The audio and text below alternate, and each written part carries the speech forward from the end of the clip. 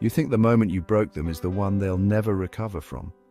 But what if that's the moment that saves them, the time you snapped, the promise you forgot, the voice you used, the one that didn't sound like you, the look on their face afterward that still visits you in quiet moments? You replay it, and the myth tells you this is the damage, this is the scar. But what if it's the doorway? What if the moment you thought would ruin your child is the one that teaches them they can fall and still be loved? We don't talk about that version of parenting. We talk about plans, routines, the systems of doing it right. We talk about being emotionally available, regulated, mindful, present. But not about the moment you lock yourself in the bathroom just to breathe. Not about sobbing behind a closed door while your child pounds on the other side. Not about staring into the void of a messy kitchen at 8:43 p.m., so emptied that even your own name sounds foreign.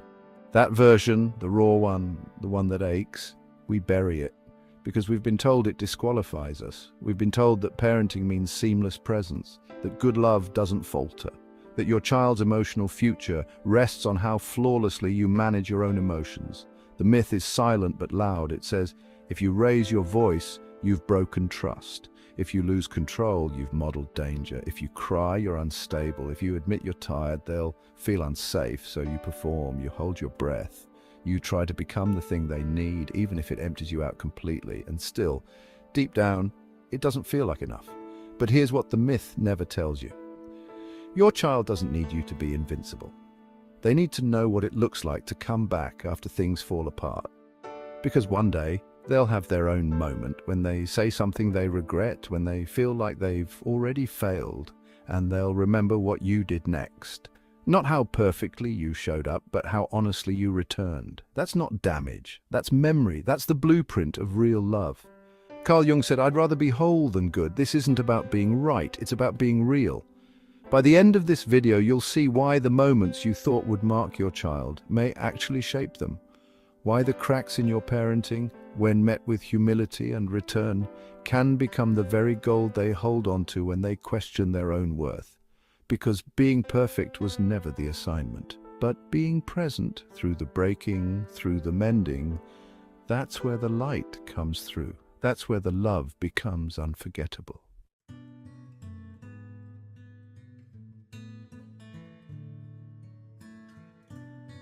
In 1953, a pediatrician named Donald Winnicott stood before a group of mothers who had come to learn how not to mess up their children. They wanted clarity, they wanted control, they wanted confidence. Instead, he gave them this: you don't need to be perfect, he said, you just need to be good enough. 5 words that quietly rewrote the story of what children actually need. And still, most of us never got the memo. Because perfection sells, performance sells. Parenting books, reels, courses, they promise better outcomes as long as you never drop the thread. But Winnicott wasn't interested in marketing. He was interested in reality.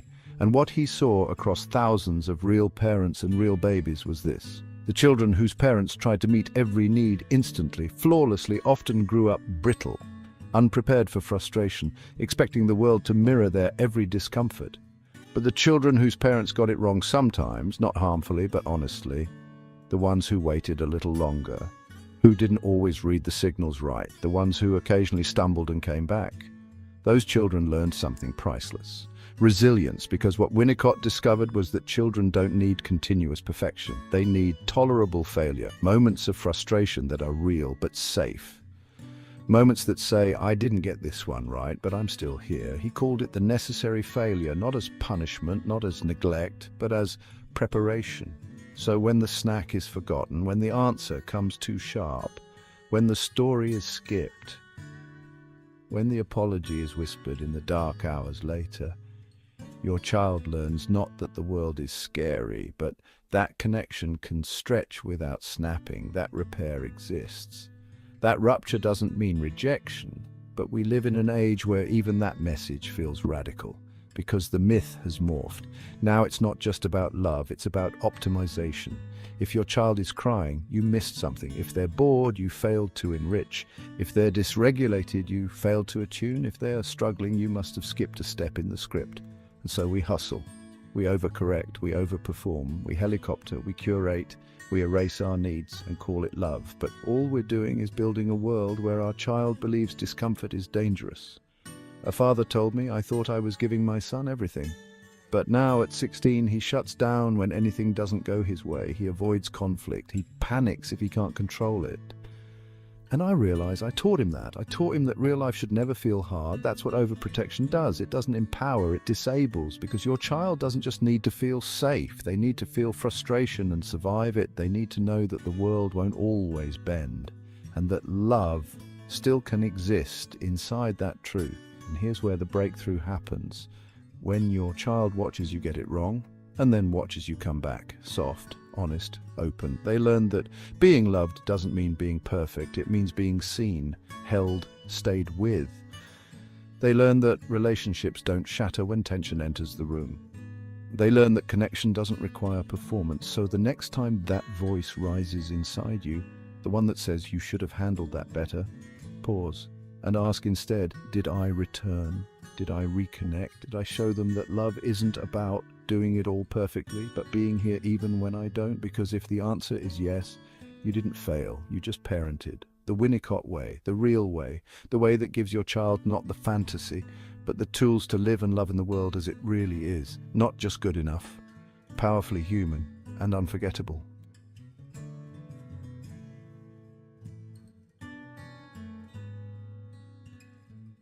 There's a parable, quiet, almost forgotten. A man carried 2 clay pots to and from the river each day. One was perfect, the other had a long crack down its side. Each trip, the cracked pot spilled water along the path. One day it spoke. "I'm sorry, I'm broken. I failed you." But the man smiled and said, "Look at the path behind you. See the flowers? I planted seeds on your side. And every day you've been watering them. This is what imperfection does. It nurtures life in the places we never intended to grow, but only if we stop shaming the leek long enough to see what's blooming around it." In parenting, we rarely stop. We replay the moment we snapped, the sarcastic jab, the eye roll, the birthday we tried too hard and still somehow got wrong. We see the leak, the deviation, the moment the mask cracked and the child saw us not as calm, but as human. And we tell ourselves this is the moment they'll carry as damage. But what if this is the moment they'll carry as clarity? Carl Jung wrote, "There is no light without shadow and no psychic wholeness without imperfection." Then he added, "I'd rather be whole than good." Those words matter here, because this isn't just about spiritual growth. This is about the moment your child finds out that love doesn't vanish when things fall apart. And they don't find that out on your best day. They find it when you raise your voice and then return to the room, when you miss the cue but still offer your lap, when you're late again and still show up. One mother told me my son showed me his drawing beaming, and I said, "Just a minute." I turned away to finish an email. When I looked back, the paper was gone. He'd thrown it out. That night I cried. The next morning I told him, "I wish I had looked. Will you draw something else for me?" And he did, and I framed it. That frame, it's for me, to remember what it means to come back. That's what real parenting looks like. Not seamlessness, but repair. In Japan, when something breaks, they don't hide it. They mend the cracks with gold. It's called kintsugi, golden repair. The flaw becomes the feature, not because it's erased, but because it's been through something and survived. That's what you're doing when you come back, when you speak the apology, when you hold them after the hard part. You're pouring gold into the crack, and your child, they're watching. They're learning that love isn't clean. It isn't polished. It isn't about getting everything right. It's about what happens after things go wrong. And one day they'll need that memory, not the flawless day, not the perfect routine, the moment you stumbled and came back anyway. Because love didn't leave, it leaked and still found a way to nourish what mattered most.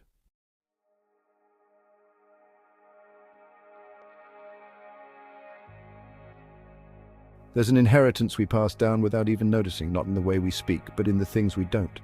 The moods we suppress, the tears we swallow, the needs we bury beneath routine and smile. Carl Jung called it the shadow. Everything we reject in ourselves, our sadness, our resentment, our fear, our shame, the parts we believe are too dangerous to show. We think hiding them makes us good. We think silence is safer than mess. We think if we just keep smiling, no one will absorb what we're trying to contain. But children feel what we don't say. They feel it in the shift in your tone when they ask the same question again, in the way your eyes glaze over when they hand you their art, in the way your hug lingers, but your mind is somewhere else. One father told me, "I never yelled." I never raised a hand, but I never said I was struggling either. Now my son's grown, and he told me he never felt like I was fully there, because I never let him see who I really was. That's the cost of pretending. We think we're protecting them from the darkness, but we're just teaching them to be afraid of their own, because when you act like love means keeping it all together, you make vulnerability look like a threat, and when they feel sadness or shame or rage, they'll assume something is wrong with them, because they never saw those parts in you. That's how the shadow gets passed down, not in genetics, but in silence. But here's the turn. You don't have to collapse to tell the truth. You don't have to over-explain. You just have to let them see that being human isn't something you're hiding from. You can say, I was short with you, that wasn't your fault, or I'm feeling heavy today, but I'm still here. That's not burdening them. That's showing them what it means to stay real while staying close. Winnicott taught us that children need us to fail in small, manageable ways so they can build resilience. Jung taught us that what we hide becomes the inheritance they carry, and between those truths lives the opportunity of a lifetime. To raise a child who doesn't just survive the world, but knows how to live in it without losing themselves. To raise a child who doesn't panic when they feel sadness, because they've seen you name it and still stay soft. To raise a child who doesn't hide when they're angry, because they've seen you hold your own without turning it into harm. To raise a child who isn't afraid of the shadow, because you never taught them to be. So here's the shift. You don't have to hand your child a polished version of you, you have to hand them one that tells the truth, that makes space, that shows them how to hold their own darkness without shame, because one day they'll face a version of it in themselves. And the question won't be, can I avoid it? It'll be, do I know how to stay inside it and still love myself? And your answer, your example, might be the thing that makes all the difference.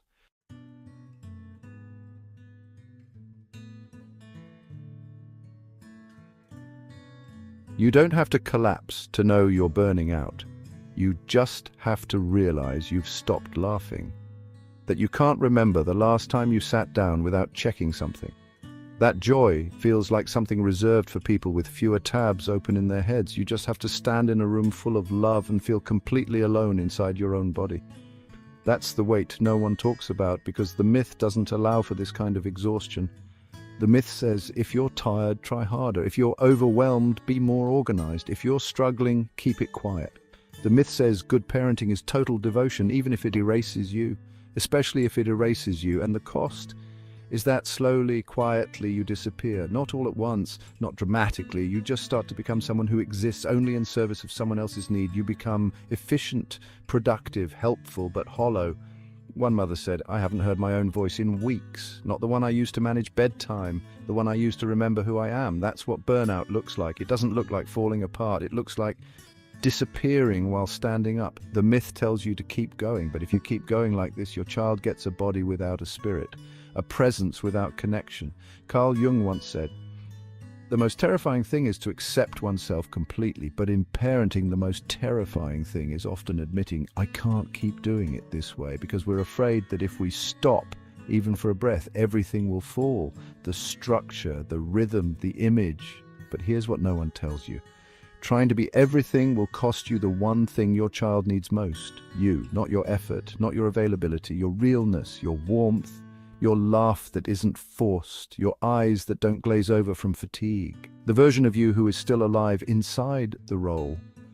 And yes, your child sees the difference. They can feel the moment you're with them, but not there. They can feel the disconnection under the smile. They can sense when your I'm fine is a script, not a truth. And no, this doesn't make you a bad parent.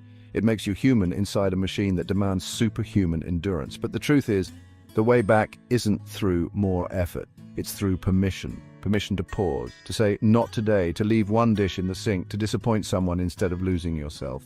Because what if the bravest parenting move isn't doing more, but doing less and staying present inside it? Winnicott didn't say give them everything. He said, be good enough, not just for them, for you. Because your child doesn't need you to perform happiness. They need you to embody wholeness, even when that wholeness includes rest, limits, and truth.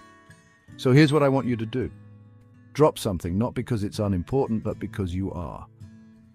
That drop ball might just be the one that makes space for breath, for eye contact, for the version of you who remembers how to feel again. That's not laziness, that's love in its most sustainable form. And your child will feel the difference, not in what you do, but in who's finally home inside the doing.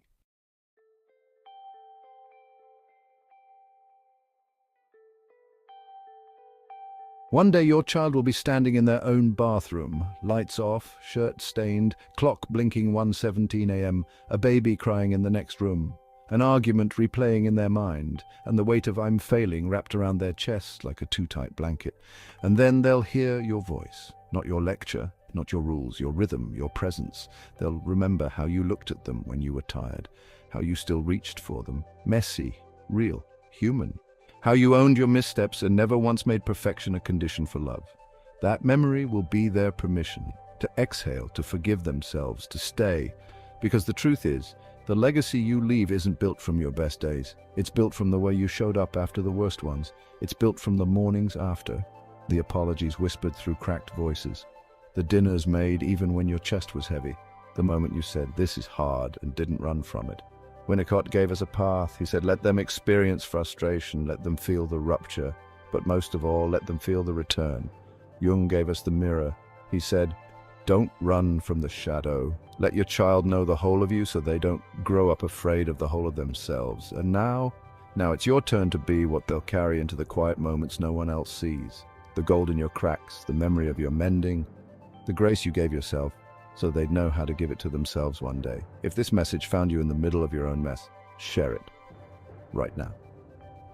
With the parent who thinks they've already ruined everything. With the one sitting in their car crying and scrolling. With the one who needs this like a lifeline. And then leave a trace in the comments. Write it. I'm still here. Not perfect. Not polished. Still here. Because that's what the good enough really means. You stayed, you cracked, you came back, and that is more than enough.